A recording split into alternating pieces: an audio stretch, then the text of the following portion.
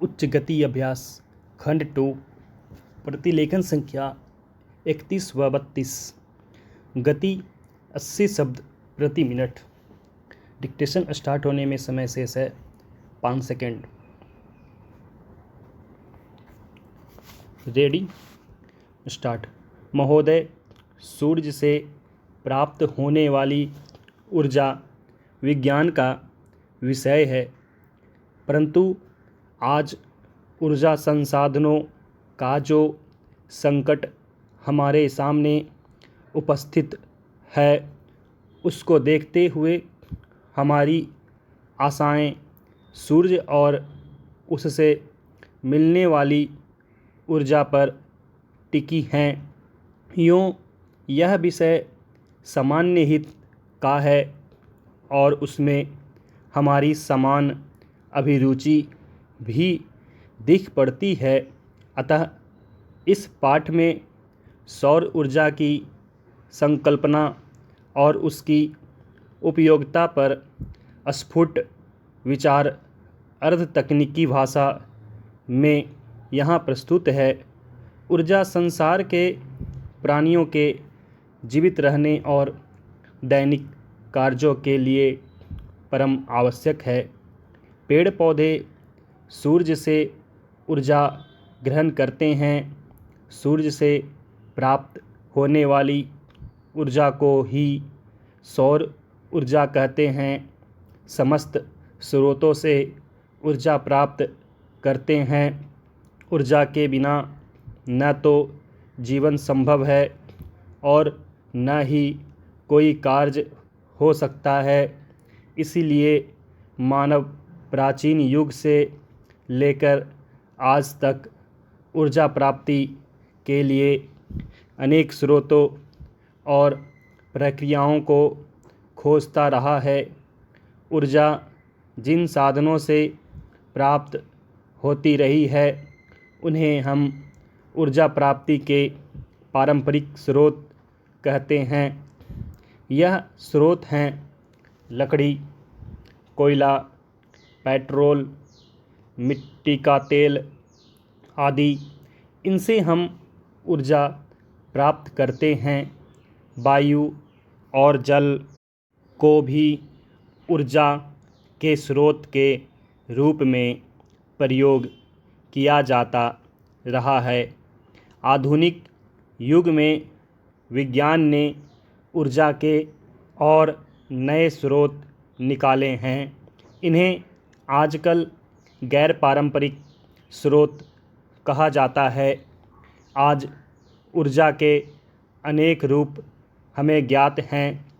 ईंधन वाली ऊर्जा, पवन ऊर्जा, जल ऊर्जा, जीवाश्मी ऊर्जा या ज़मीन के नीचे पथराए ईंधन वाली ऊर्जा, गैस ऊर्जा, परमाणु ऊर्जा, तापीय ऊर्जा, भूतापीय ऊर्जा, ज्वार ऊर्जा आदि।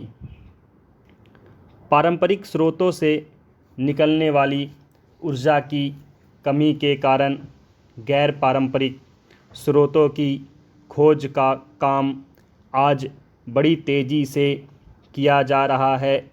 भारत दुनिया का पहला देश है जिसने सन 1950 से ही सौर ऊर्जा का प्रयोग आरंभ किया।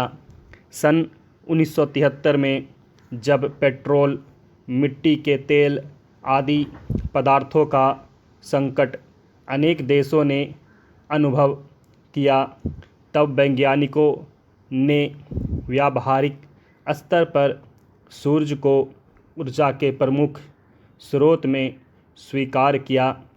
भारत सरकार के गैर पारंपरिक ऊर्जा स्रोत विभाग ने एक व्यापक कार्यक्रम बनाया है। वह राज्यों के ऊर्जा विभागों की सहायता से इन कार्यक्रमों और साधनों को अधिक से अधिक लोकप्रिय बनाने का प्रयास कर रहा है। ऊर्जा कार्यक्रमों के अंतर्गत गैर पारंपरिक ऊर्जा स्रोतों के निर्माण और उनके रखरखाव और प्रचार आदि पर बल दिया जाता है। इनके अनुसंधान तथा विकास के लिए उच्चतम तकनीकी ज्ञान तथा प्रशिक्षण को बढ़ावा दिया जाता है। सौर ऊर्जा हमारे अनेक कार्यों में उपयोगी सिद्ध हो सकती है। गैर सौर ऊर्जा से बिजली भी पैदा की जाती है, जिससे घरों में और सड़कों पर प्रकाश होता है। सौर ऊर्जा से solar cooker, solar heater, solar dryer, solar refrigerator इत्यादि का विकास राष्ट्रीय भौतिकी प्रयोगशालाओं में हो रहा है।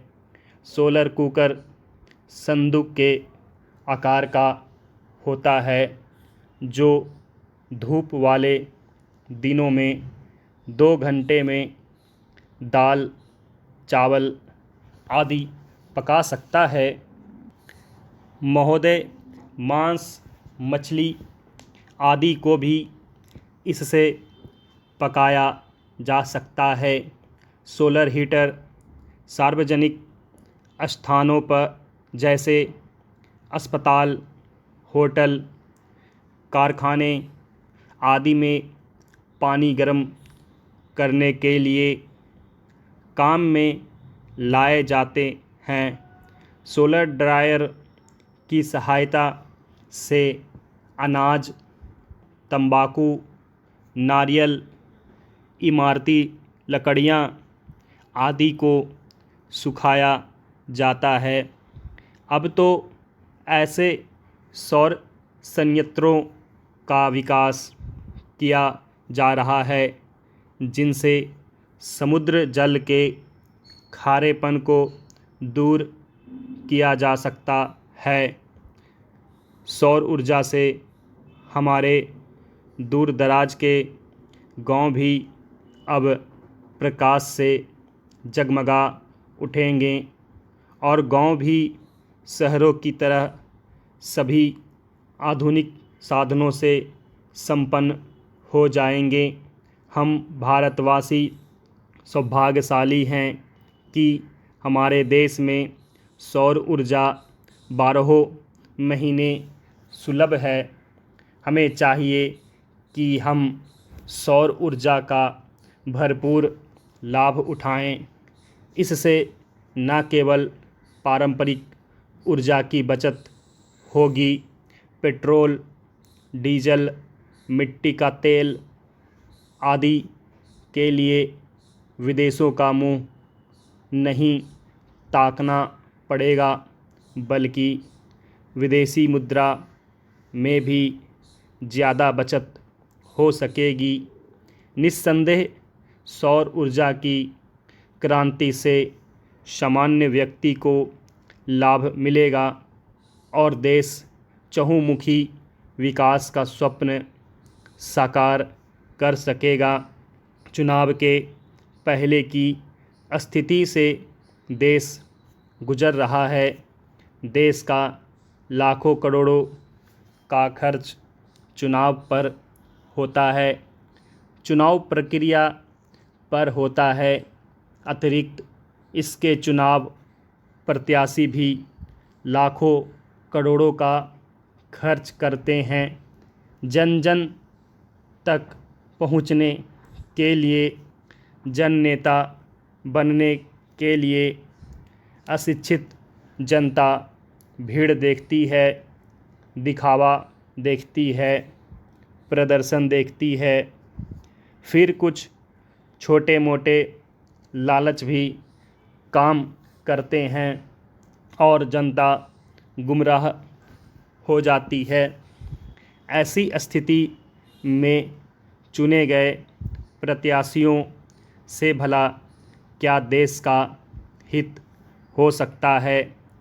शिक्षित बुद्धिजीवी व्यक्ति का चुनाव प्रक्रिया से, चुनाव परिणामों से हताश होकर प्रक्रिया से ही अपने को दूर रखने का उपक्रम करते हैं या करने को मजबूर हो जाते हैं। लंबी खड़ी कतारों में अपना समय नहीं लगाना चाहते।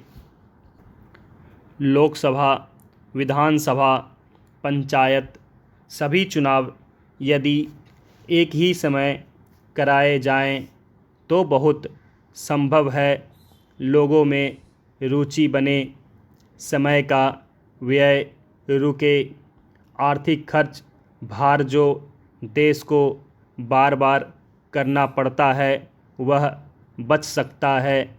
क्या ऐसा कुछ सोचा नहीं जा सकता? प्रत्याशी बनने के लिए भी कुछ मापदंड निर्धारित होने चाहिए। उनको शिक्षित होना चाहिए और चुने जाने के बाद उनके लिए एक आचार संहिता होनी चाहिए। उनके खर्च एवं संपदा पर एक प्रतिबंध होना चाहिए। एक गवेषणात्मक दृष्टि होनी चाहिए। समाज का हित चाहने वाले ऐसे चुनिंदा लोगों का जीवन महात्मा गांधी की तरह सरल, स्वच्छ एवं सादगी वाला होना चाहिए। यदि ऐसा होने लगा तो व्यापारिक भावना से आने वाले प्रत्याशी स्वयं हट जाएंगे। अच्छे चुनिंदा व्यक्ति ही देश को सही दिशा दे सकते हैं, देश का हित कर सकते हैं। बहुजन संप्रेषण के माध्यमों के अभिनव विकास तथा राष्ट्रीय चेतना का अंतर्राष्ट्रीय जीवन से संबंध बढ़ा है, जिसके कारण मनुष्य की सामाजिक और आर्थिक समस्याएं भी जटिल होती गई है। वैज्ञानिक और तकनीकी विकास भी निरंतर ऊर्ध्वमुखी हो रहा है। स्टॉप।